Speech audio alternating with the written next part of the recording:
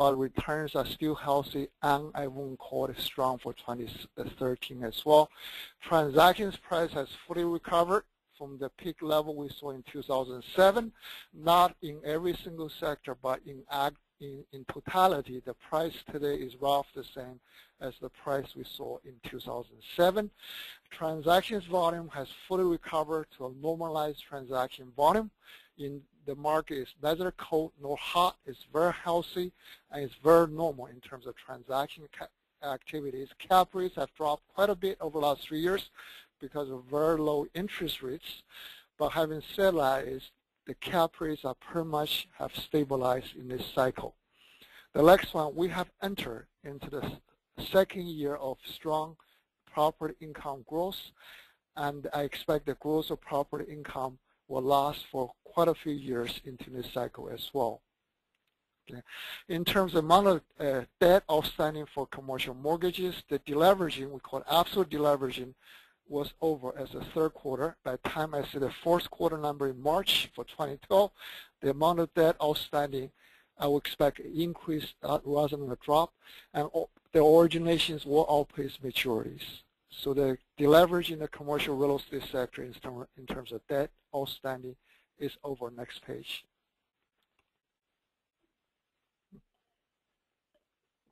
This is a benchmark we call Liquid Fund Index Open-Ended Diversified Core Equity. And in 2010 and 2011, the total returns was north of 16%. Last year was about 11% in 2012. This year, my projection is about 8.5 to 9% for the Odyssey Index. By the way, given the level of interest rate we're having, the real estate return should deliver somewhere between 6.5 to 7%. So our returns are still above the norm, but it is moving to the historic, what we expect somewhere around 6% going forward. Next page. And the transactions price is, as I mentioned, has fully recovered.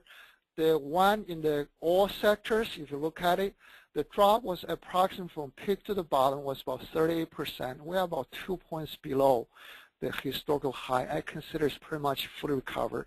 The sector that's way beyond the previous peak was not even the sector listed here. It is a sector we call self-storage. Last sector pricing is about 15 to 18% higher than the price level we saw in 2007, followed by the mall sector and apartment sector. The prices in those two sectors are way beyond the previous level we saw in 2007. And other sectors are a little bit behind, as the hotel is about 20% below the previous price peak level, office about 15% below, and industrial is about, say, 10% below the previous peak. But overall, the pricing level of commercial real estate, I call, is fully recovered as of right now. Next page. And then if you look at transactions volume, and we're not seeing the volume in 2007 again anytime soon. If you remember, UOP was privatized in 2007, equity office properties. And but having said that, I still see a volume in 2013 marginally higher than the volume in 2012. There's a huge increase in transaction volume in the fourth quarter 2012 for a reason is very obvious to all of you. Is because poor folks don't like pay taxes, and believe me, rich folks don't like paying taxes as well, because the anticipated increases in marginal tax rates. There was an accelerated transaction activities on the private side to take advantage of lower taxes in 2012. So there's a huge increase in transaction volume towards the end of last year. But volume I still expect to be a little bit higher than last year. The volume, by the way, is driven by two factors. Number one is the capital flow, or what's going on in the investment market. We're still very healthy, not super strong, not weak, it's very healthy. The other one is the recovery in space market. I call it confidence in the space market, which is rising, by the way. Space market is recovering. Next year, the market condition will be better than this year, and a year from next year will be better than say in 2013 or 2014. So the confidence is increasing, and the overall capital market condition is still healthy. As a result, I see a volume for 2013 to be higher in the volume of 2012, but not significant so because of accelerated transaction volume into the fourth quarter 2012 from 2013. Next page, please. Yeah. And if you look at cap rates, we have a evaluative of NCREIF, that's the National Council of Real Estate Investment Fiduciaries. The equity evaluated is driven more by shopping malls and large office buildings, for example. It says about 5.4%, and the equity weighted is about 5.8%. And I expect that number to end up roughly the same level by the end of this year, maybe a little bit margin lower, but no significant movement in cap rates from this year expected from my perspective. Next page, please. Here is a 21-year income growth of 4 major property sectors, like office, retail, residential apartments, and industrial properties. You saw a cycle of income growth starting in 2005, a pretty long cycle income growth in the 1990s. I see this cycle of income growth will last well beyond 6 years into the future. We are actually in the second inning of income growth in this cycle. The average income growth I expect for next several years as low as 4%, as high as 7% per year. And for next 2 years, I expect a number somewhere around about 4.5% per year of income growth for 2013 and for 2014 as well. And that growth will accelerate once the rent growth in the office sector start to explode. Next page, please. And in terms of deleveraging, this is the amount of debt outstanding for both commercial and multifamily debt, by the way, let's say. And the peak level was a little bit above $3.4 trillion, and right now it's about, I would say, pretty close to $3.1 trillion. We have about $300 billion of deleveraging since 2009. And the next page is an overall change on a quarter-over-quarter basis of amount of debt outstanding. Last quarter, we have a very small reduction in debt. That's the third quarter 2012. And again, by the time I see the fourth quarter 2012, I expect increase in the amount of debt outstanding. But having said, as what we call absolute deleveraging, which means the amount of debt outstanding will increase going forward, but the debt as a share of GDP, that I call relative deleveraging, that will continue to drop for like 3 years or so. Again, that means the increased amount of debt will at a rate slower than the increase in the nominal GDP growth. Historically, the absolute deleveraging always stops far sooner than the relative deleveraging, which means the amount of debt relative to GDP will continue to drop for like 3 years. Next page, please. It is really a property market recovery. It's very classic. Okay. The initial recovery started with apartment, self-storage, and hotels, and those are the 3 sectors with relatively short leasing terms. On average, apartment is about 1 year, self-storage is about 6 months. Actually, it's a monthly basis, but duration is typically 6 months. Hotels is mostly on a daily basis. And office and industrial, which I don't have a slide to talk about, is about as predictable recovery as I can ever predict on any property sectors. Apartment right now vacancies is very low, and income growth is expected to be strong this year as well. But this is the sector that has the most uncertainty for the next 3 years. Retail sector has some headwinds, but if you invest in good retail, you do better in good times and bad, and in the era of internet retailing as well. The hotel we saw very fast recovering occupancy to a level I consider to be normal and healthy as of today. Going forward, most of the RevPAR growth, that's the revenue per available room, by the way, will come from the room rate rather than increasing occupancy, which will continue to go up, by the way. Senior housing, very strong tailwinds from demographics, the echo boomer generation housing market recovery, which is very important for seniors, and employment expansion and very limited supply growth. Medical office is about as secular demand as we can think of. And self-storage, very strong fundamentals, and investors are enough with self-storage. Next page.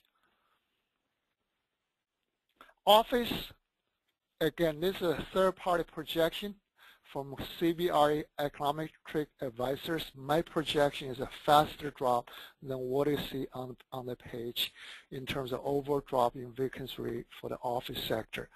The biggest concern is the space usage per employee. We have seen a sharp drop in space per employee over the last 4 years. Many people believe this drop will continue into the foreseeable future.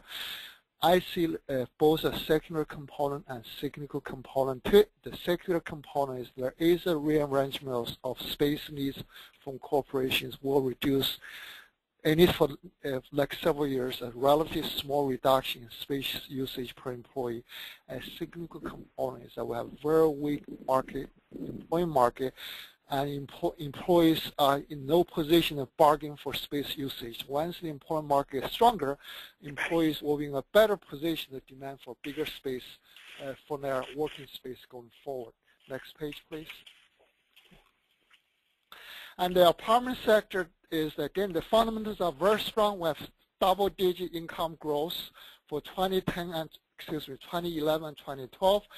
And then this year, I expect the income growth somewhere around 6 or 7% for the rental apartment sector. Next year, we'll be seeing around 4%, and will come down every single year after that.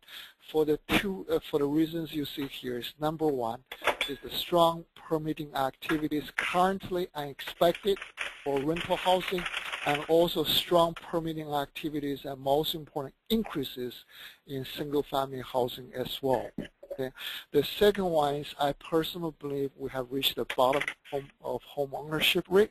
I don't expect a strong increase, by the way, for like several years in terms of home ownership rate, but I don't see a significant drop either.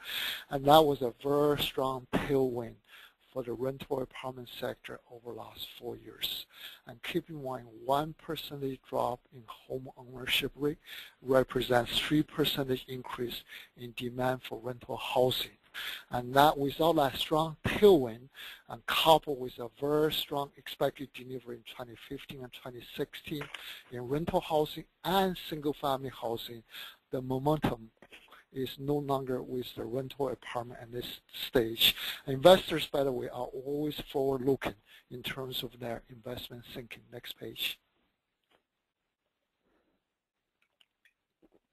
Retail is not a sector I focus that much on occupancy, because I always have a sense that bottom quarter of a retail property, they should never be there. They are excess, they are very weak, and they don't worth anything beyond the land value behind the property.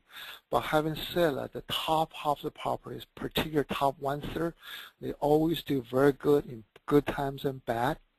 And also, retail is facing a threat from the internet retailing, such as Amazon.com, for example. So my advice to investors has always been, number one, always focus on better retail sites, whether it's in shopping malls, power centers, lifestyle centers, grocery anchor shopping centers, or any shopping centers you can imagine. The better shopping centers always are better performers in the past and into the future as well. And the bottom 1/3 of properties, we shall always be very careful. Next page. For hotels, if you look at occupancy recovery, we are at a historical norm, and Property and Portfolio Research projects a drop in occupancy for 2013. That's not my view. I see a continued increase in occupancy in 2013 and 2014. Vertical new construction and continued increased demand for hotels. But going forward, the room growth, the RevPAR growth will be driven 70% by increase in average daily rates rather than in occupancy gains, but occupancy will continue to go up for like 3 years. Next page. And for senior housing, okay, this is a sector like we have so strong tailwinds, and this is a sector I see is still somewhat underpriced relative to other sectors. And the tailwind number one is running the Just sorry for a second, my computer got locked out again for me. Okay.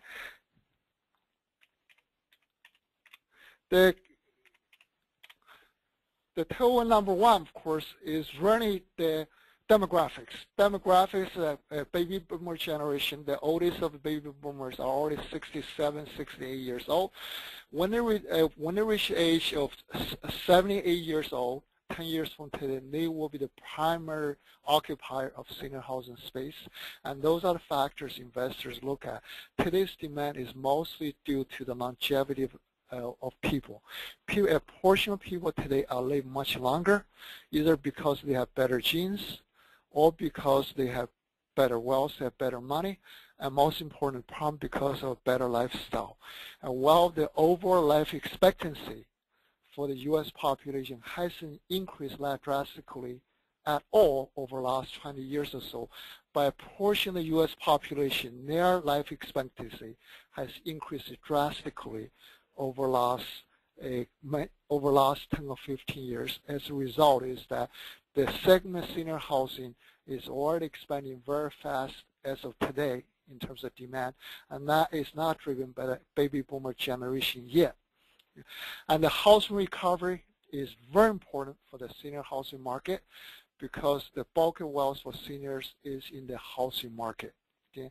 And they generally will sell their home and move to a senior housing facility and spend the next 2 to 4 years of their life and in the senior housing facility. The employee expansion is very important because by and large the seniors do get their financial support from their children. When children have better jobs and better job security, and they're more willing to send their parents to senior housing facilities as well. And supply is extremely limited for the senior housing sector in this moment because of banks are very reluctant in sponsoring development in senior housing at this stage because of perceived high operating leverage in this sector. Actual demand for senior housing is very stable, by the way. Next page, please.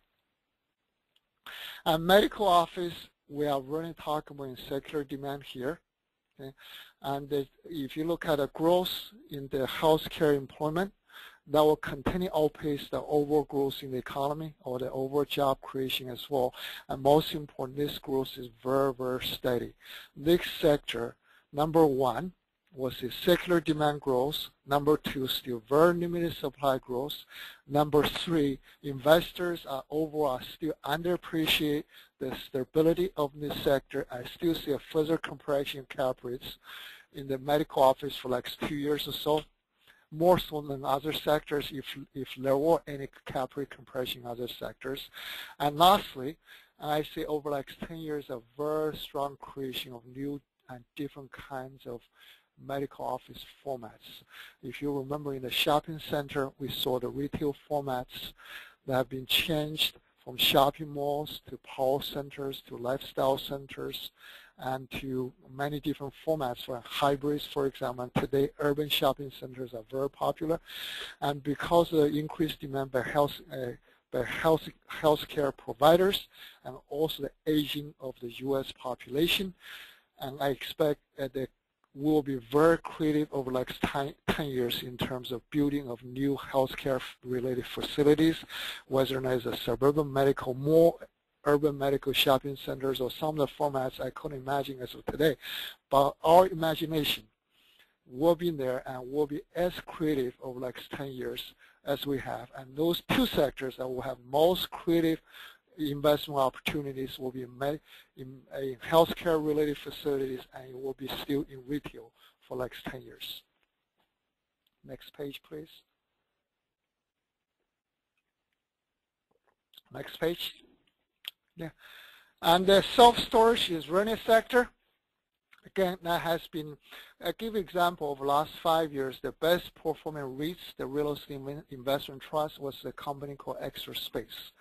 And it was because of very strong compression of the self-storage cap rates over since 2007.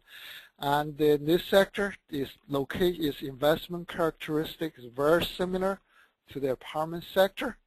And it has the lowest capital expenditures of all sectors which investors very like it. It's fully accepted by Main Street. We have more than 7 square feet of self-storage space per person in this country. Huge increase over the last 20 years, and it's fully accepted on Wall Street as well. Okay. For example, 5 years ago, we would have explained to our investors that self-storage should be a core sector of commercial real estate, and today we don't have to explain to our investors anymore. So this sector still has a very good investment prospect for like several years. Last page. Okay, not yet last page, but here's a cartoon. Is that it's a matter of perspective again, and look at. No, that's not a diameter of electron. It is really the rate of return we earn on our money market funds. That is the biggest risk I see. And it provided the strongest driver for the investment market over the last 4 years, and this for the next 3 years will be the potential, the strongest risk going forward. Next page. And if you look at the Fed, said very clearly it will not move the short-term rate until one of the conditions that will have been met. Number one is the unemployment rate will have reached 6.5%, or the core inflation rate has moved beyond 2.5%. And I do not know where the core inflation will reach 2.5%, but I do have a pretty good read where the unemployment rate will be reaching 6.5%. That's very late 2014 if you're optimistic, first half of 2015 if you have an average view of the economic recovery. In the neighborhood, like say 2 and 2.25% economic growth. And I strongly believe as early as the first quarter 2015, the Fed will move the short-term rate. And the long-term rate, like 10-year yield, will move much sooner than the short-term rate movement. Somewhere in 2014, you will see a pretty noticeable increase in the 10-year Treasury yield. And this year will be last year for full year. We have 0% short-term rate and fairly conducive and benign 10-year and low 10-year yield. And next year, I do not see a full year very low interest rate for the 10-year in 2014. Next page, please. In summary, okay, and I do see 2 risks. Cap rates are sensitive to very large interest rate changes. 10-year Treasury's typical move in anticipation of the short-term movement. And if you were asking me a rule of thumb, if the 10-year rate were to move by 200 basis points, how much cap rates would I anticipate? It will be half of that, that is about 100 basis points. Again, I still see a fairly blind 10-year interest environment this year, and with certainty, a 0% short-term rate, 0% to 0.25%. By the way, that's really where the short-term rate is as of today, and with certainty for this year. And we have a rising housing construction, and we do have uncertainty with home ownership and investor sentiment towards the residential sector has already shifted, and that shift will continue into 2013 and into 2014 as well. But other than that, I see very positive sentiments. We have extended period employment expansion. We have very low interest rate for this year and next. We have modest demand growth and huge increase in replacement costs, and those are good factors for commercial real estate pricing.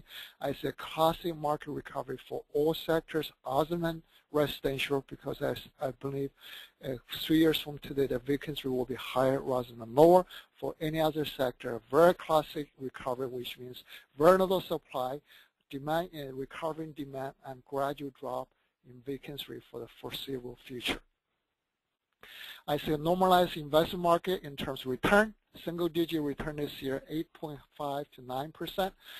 Normalized transaction volume by rising and increased risk taken in terms of in the sectors like for markets, geographic markets, in terms of large versus secondary markets, increased interest in secondary markets, in terms of investment strategy from core versus value-added, increased interest in value-added investments, and also in terms of mainstay versus niche sectors. There will be increased interest in investor sectors such as self-storage, medical offices, senior housing, and even, for example, hotels. And I see very relatively good investment opportunities in mezzanine debt because I said increase the deleveraging, absolute deleveraging debt is over, but relative deleveraging will still be going on for like several years. And because of all investments to take advantage of office recovery and industrial recovery, for example, the apartment development in high growth markets and particularly in the supply-constrained markets, warehouse acquisition development, and niche investments in self-storage, medical office, seniors housing, and select hotel investments. They are still very attractive from my perspective for this year and for 2014 as well. I think I'll stop from here. I'll take a few questions. Okay, let's see what we have here. If you were to pick one commercial real estate sector to invest in nationally, which has the least risk? So today, with a 5-year investment horizon, it will be the industrial and the office sector. Those are sectors we call a relative higher beta, and they tend to outperform in the second stage of economic recovery. Next question, please. Well, there aren't any other questions. Okay. There's a lot of comments and can we get the slides and that kind of stuff, but no specific questions for you. Well, this is a little bit atypical this time, right? Yes, it is. You're usually flooded with them. Yeah.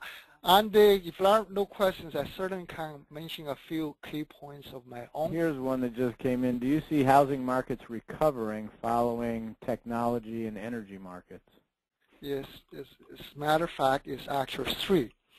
I call THE markets, okay? And the markets are in favor. T stands for technology, H stands for housing recovery, E stands for energy. The technology markets like Silicon Valley, Northern California, Seattle, Austin, and Raleigh-Durham, for example, those are classic technology-driven markets. Those markets will recover. The second one I call specifically housing market recovery. Those are markets that will ground zero markets for housing downturn, and they will have a very strong growth prospects as well. Southern California, for example, in Orange County, like Phoenix, of course Vegas as well, but Vegas is a very small investment market, and all markets in Florida. Those are running the major housing recovery markets, and also, while Atlanta is not a ground zero housing market downturn, but it suffered as much as the markets in Florida, and that is a market as anticipate very strong recovery as well. So the second one is the THE, is the H, which stands for housing market recovery. The next one is energy. That's the E.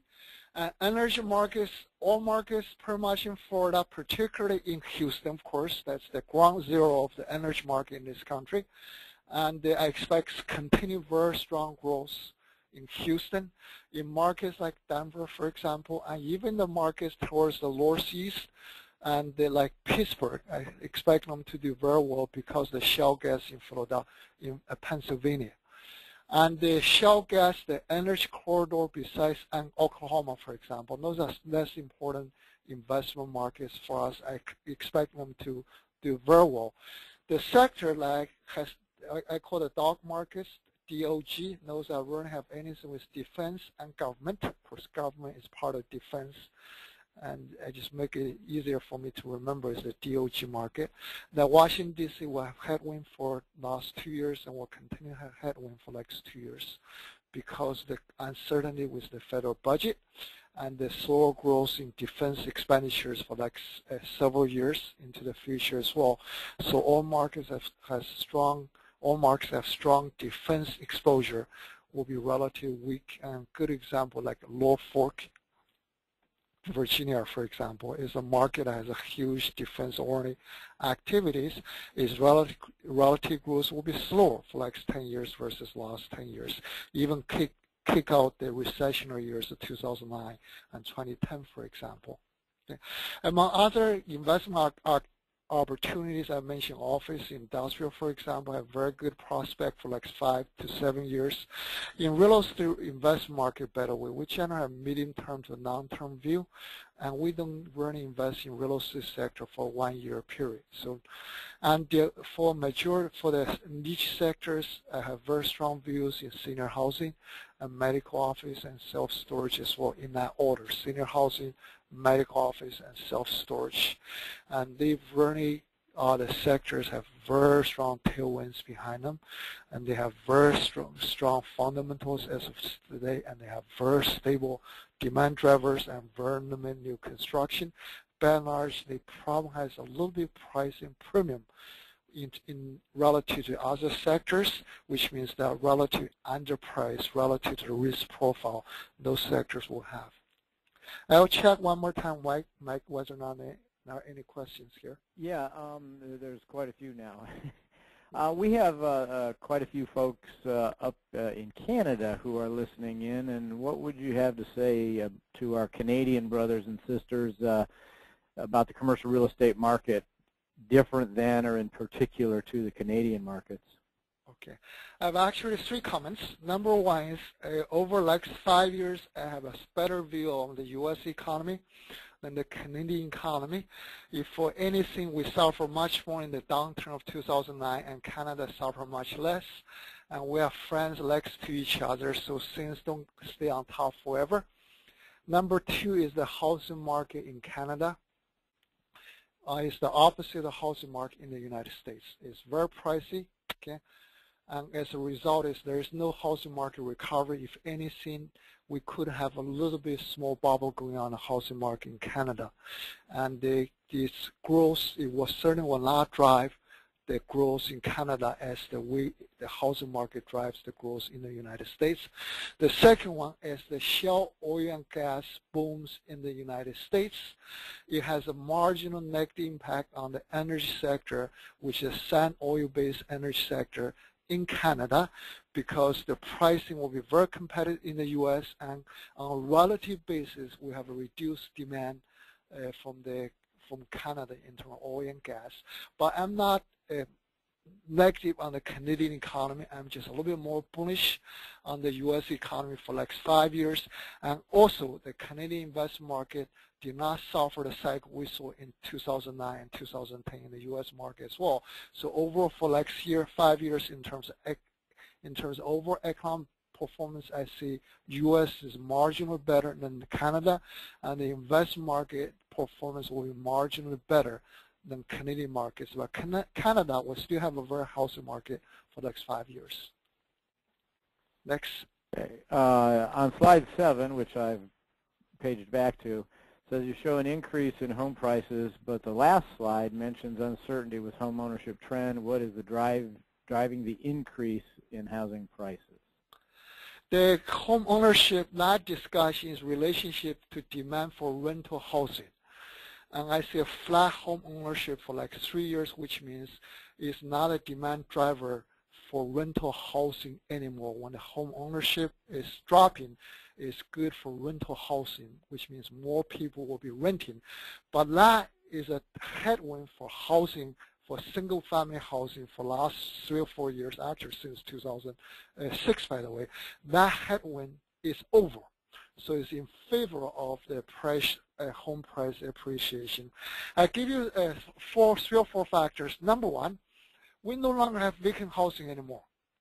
The rental housing vacancy is near record low, and the vacancy rate for single-family housing is also not record low, but it's very healthy.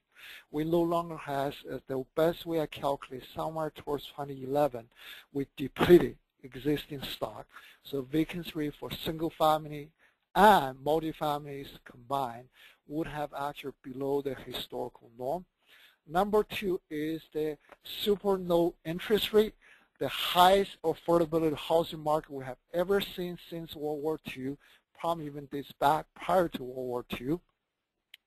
And the Federal Reserve action, the QE3 is squarely aimed at a housing market. Until the housing market has sort of a strong momentum, the Fed is not going to move the interest rate. The Fed earmarks $40 billion for mortgage purchases every month until the housing market has strengthened.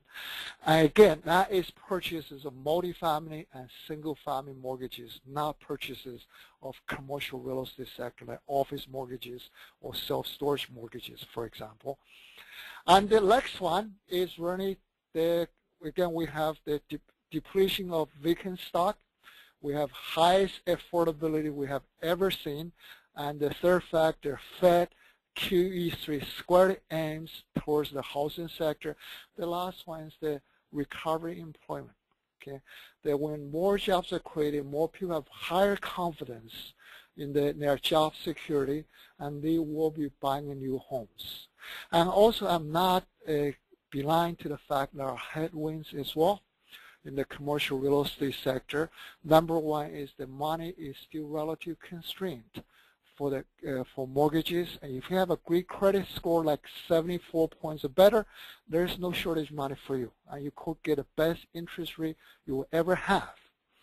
And but having said, if you had a credit score 600, 650, you will have difficulty in getting a mortgage in this environment. The second factor, well, the overall consumer debt is much lower than 5 years ago, and the consumers have the lightest debt service burden we haven't seen for decades. But for first-time home buyers, such as students who just graduated from college, for example, the student loan outstanding is the highest level we have ever seen by a huge margin, by a factor 3 we saw several years back. So as a result, is that I still see some headwinds, but overall, the positive drivers are so strong and so powerful for the next 3 years. And I see a very strong recovery for 2012, 2013, 2014, and 2015 in the housing sector. It will not recover exactly as I shown on the chart, by the way. That's just a projection. I expect in summer 2018 and 2019, we will recover to the price level we saw in 2006. And it will not be exactly as smooth as what we project here, but the trajectory, a very strong housing market for the short term and medium term is set in stone. Next one, please. Okay, you mentioned onshoring. Are jobs coming back to the U.S.? If so, at what pace? We still see offshoring to Asia and South America and East Europe. We will still always see both offshoring and onshoring activities taking place simultaneously. There will be never see a stop in offshoring. There will be continue to be offshoring today and 10 years from today. On a relative basis, we have seen more onshoring activities than we have never seen over the last 10 or 15 years or so. And it's centered mostly towards manufacturing and also a little bit on services as well. Okay. And the manufacturing, if you hear the likes of the headlines, Apple, for the first time is going to build a factory to assemble iPad or whatever the products Apple is going to produce in the United States. Apple has never done it before. Like for example, Intel is building factories in the United States. The Japanese car manufacturers are continuing, and the Korean companies are continuing to expand their expansions in the U.S. Even the Chinese companies building factories in the United States as well. And those are even not onshoring, by the way. In general terms, it's onshoring. The major American companies are bringing a small portion gradually of their activities in the United States. There are many factors. The biggest driver is the increased competitiveness of the U.S. labor force and U.S. investment environment. There are other factors that go in. The global logistics strategy for the global companies, and they are changing as well. And that is another driver. This onshoring, relatively small, but will be going for many years to come. Do you have any more time, Mike? Yeah, we'll ask one more real quick one here. Well, I don't know how quickly you can answer it.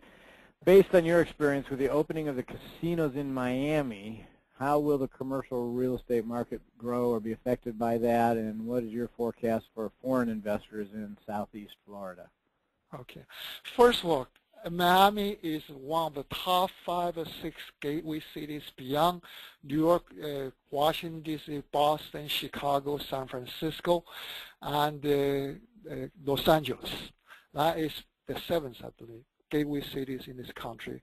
And over longer term, its economy is highly tied to the global conditions, particular markets in Latin America.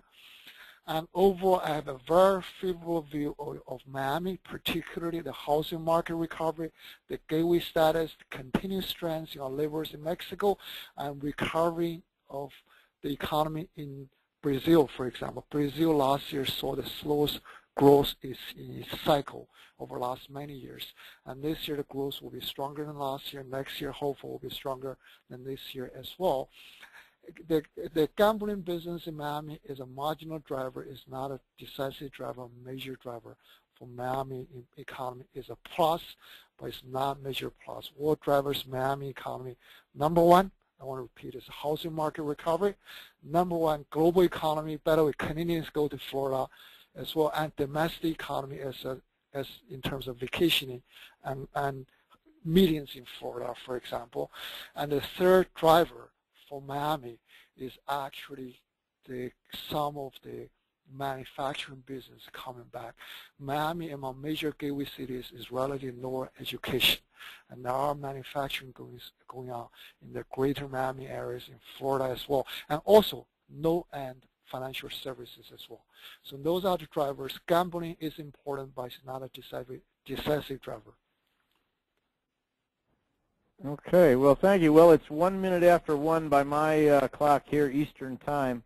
There's still several other questions, so with your permission, I'll just maybe email them to you, and if you have some time over the next couple of days, if you could answer them back, I'll get them out to the people.